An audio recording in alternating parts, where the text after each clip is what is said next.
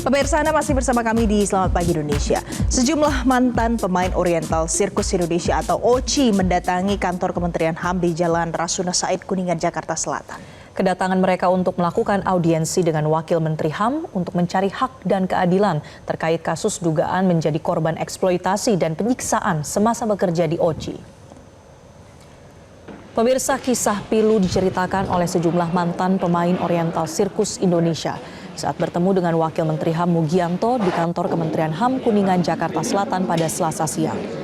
Salah satunya Ida, ia menceritakan saat dibawa oleh Oriental Sirkus Indonesia sejak usianya 5 tahun bersama orang tuanya tahun 1976.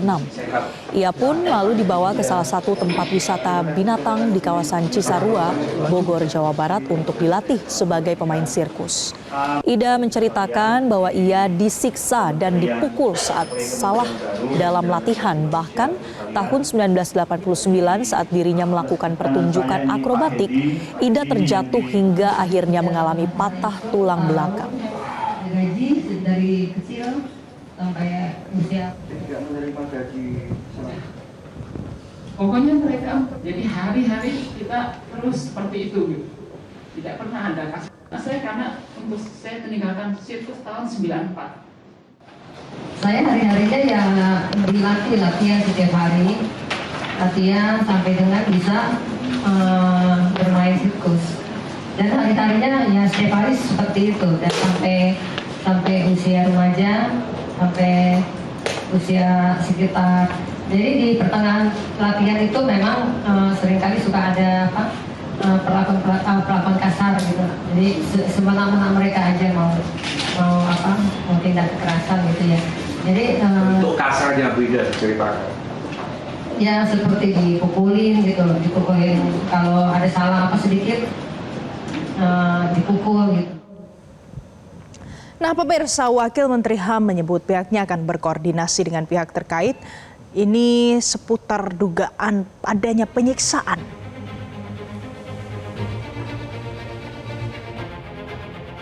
Tadi luar biasa, jadi kami tadi menegaskan permintaan maaf kepada mereka karena kami harus meminta mereka menyampaikan testimoni.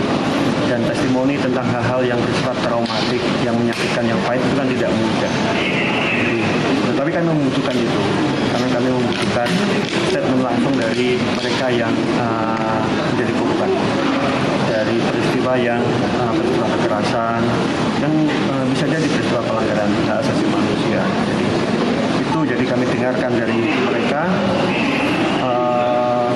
ada kemungkinan banyak sekali tindak pidana yang terjadi di sana. Itu kemudian yang selanjutnya ya aspek-aspek memastikan supaya apa yang terjadi kepada mereka di Oriental Sirkus Indonesia itu tidak terjadi lagi. Karena bisa jadi masih terjadi sampai hari ini. Jadi kami akan memastikan langkah-langkah itu. Dan kami akan berkoordinasi dengan kementerian lembaga terkait. Karena kan teman-teman ini juga sudah melaporkan ke Kementerian PPPA. Kami akan koordinasi dengan teman-teman dari PPPA. Sudah melapor juga ke Komnas HAM, jadi kami akan berkoordinasi dengan Komnas HAM. Jadi miris pemirsa, di tengah hari sirkus sedunia ada kisah pilu yang dihadapi para ex pemain Oriental Sirkus Indonesia atau OCI. Lantas seperti apa kasusnya saat ini? Bagaimana perkembangan dan penanganannya? Kita akan bahas pagi ini bersama Komisioner Komnas HAM Uli Parulian Sihombing. Selamat pagi Pak Uli. Pak Uli, selamat pagi. Selamat pagi. Ya Pak Uli, sampai sejauh ini apa saja aduan yang sudah diterima oleh Komnas HAM, terutama terkait dugaan eksploitasi ex pemain sirkus OCI? Berapa banyak sebetulnya yang menjadi korban di sini, Pak? Komnas HAM menerima pengaduan mantan pekerja OCI Oriental Sirkus Indonesia pada tahun 1997. Jadi kejadiannya itu pada tahun 1997. Ketika para pengadu itu masih anak-anak. Nah, atas pengaduan tersebut, aduannya terkait dengan adanya eksploitasi, penyiksaan, kemudian terkait dengan pekerja anak di bawah umur. Nah, Komnas HAM sudah mengeluarkan rekomendasi pada tahun 1997 dan sudah juga melakukan pemantauan. Dari rekomendasi tersebut, ditemukan adanya pelanggaran HAM, pelanggaran terhadap hak-hak anak. Nah, hak-hak anak atas rasa aman, bebas dari penyiksaan, kemudian juga hak anak atas kondisi ekonomi dan hak atas rasa aman. Nah, kemudian dari temuan kami melakukan menyampaikan rekomendasi ke berbagai pihak, ke OCI juga gitu, untuk menghentikan dan juga mencegah terjadinya eksploitasi anak, kemudian penyiksaan, dan juga terkait dengan kami meminta adanya fasilitasi terkait pendidikan dasar untuk anak-anak di sana. Nah, kemudian juga kami rekomendasinya ke Kemendiknas. Waktu itu Kementerian Departemen Pendidikan. Dan tahun 2023 sebenarnya kami juga menyampaikan lagi ke OCI dan juga Kemendiknas. Nah, ada beberapa rekomendasi Komnas HAM yang sudah ditindaklanjuti sebetulnya. Kemudian juga ke Barreskrim. Nah, untuk aduan pidananya terkait dengan adanya penggelapan asal-usul keluarga identitas, itu sebenarnya Komnas HAM sudah ditindaklanjuti rekomendasinya oleh Mabes Polri waktu itu tahun 97. Tapi memang tahun 99 di SP3 begitu. Nah, oke. Jadi ini panjang kasusnya, sudah mulai dari tahun 97, kemudian 99 sudah di SP3, dan saat ini kan masih diperiksa. Jadi total orang yang melapor menjadi korban dari ex pemain sirkus ini berapa banyak, Pak Uli? Kalau yang mengadu kami itu tahun 97, sebenarnya sama itu, tahun 98. Pengadu waktu itu diwakili oleh Ibu Fiti ya sekarang, Ibu Fiti Nur Hidayati dan Ibu Yuli. Nah itu. Nah, mereka mewakili kelompok ex pekerja orientasi sirkus Indonesia. Nah, mengenai jumlahnya kan selalu berubah tiap tahun itu. Jadi ke Komnas juga mengadunya itu dari tahun 97, kemudian tahun 2003 ada lagi mengadu, kemudian tahun 2024 mengadu. Nah, kami juga memantau tindak lanjut rekomendasi kami gitu. Dan terakhir kami menyarankan kepada para pengadu ini untuk melakukan tindakan hukum. Nah, entah itu gugatan perdata atau bentuk gugatan yang lainnya. Karena Komnas HAM rekomendasinya terkait penyediaan pendidikan dasar untuk pemulihan. Itu sebenarnya ada catatan dari waktu itu Departemen Pendidikan dan Kebudayaan. Nah, sudah ada penyediaan tutor untuk kejar paket A. Nah, itu yang harus difasilitasi oleh perusahaan, oleh OCI. Nah, OCI sendiri sudah memberikan jawaban kepada Komnas HAM. Nah, bahwa mereka sebenarnya sudah menyediakan sekolah kejar paket A waktu itu untuk anak-anak tingkat dasar.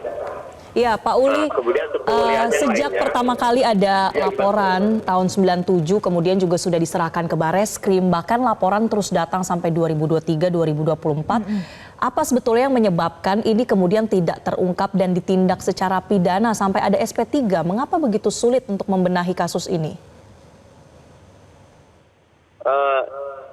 Ada beberapa hal sebenarnya yang perlu ditindaklanjuti, karena waktu yang SP3 itu terkait dengan kurangnya alat bukti kalau menurut kepolisian. Nah, ini sebenarnya harus di-challenge melalui para peradilan, tapi sudah lewat waktu tahun 1997. Nah, itu. Jadi masalah mereka itu mungkin kepolisian harus menjelaskan juga terkait dengan alat bukti gitu. Nah, kalau kami kan sudah jelas ada pelanggaran HAM terkait dengan penyiksaan di sana, pelanggaran terhadap hak anak, itu pendidikan, kemudian juga terkait dengan rasa aman dan juga pekerja gitu. Kemudian sebenarnya dari catatan kami, mereka juga mengadu ke departemen dulu ya, Departemen Ketenagakerjaan. Nah itu. Nah, mungkin juga perlu dikoordinasikan gitu antara KL kemudian lagi untuk menindaklanjuti rekomendasi Komnas HAM. Pak Uli, kalau kita lihat OCI ini sudah dibubarkan sejak tahun 2019, tapi masih ada, kalau seandainya ya, yang disampaikan itu dugaannya adalah benar adanya, harus ada yang bertanggung jawab atas apa yang terjadi pada ex pemain sirkus ini. Mungkin pidana salah satunya. Jadi apa yang akan dilakukan Komnas HAM supaya benar-benar hukum tegak dalam kasus ini, Pak Uli? Komnas HAM tentu sesuai dengan rekomendasi. Ada tadi beberapa rekomendasi yang kami sampaikan ke kementerian dan lembaga dan juga ke OC-nya sendiri gitu. Nah itu kami memantau saja jika ada bukti baru dari para pengadu tentu kami akan menelaah lagi gitu. Untuk sementara ini kami memantau terkait dengan tindak lanjut rekomendasi Komnas HAM gitu. Baik, Pak Uli, kalau begitu terima kasih karena pagi ini sudah memberikan konfirmasi dan juga menjelaskan pada pemirsa Metro TV apa yang dilakukan Komnas HAM untuk menanggapi kasus ini. Terima kasih Pak Uli sudah bergabung bersama kami pagi ini.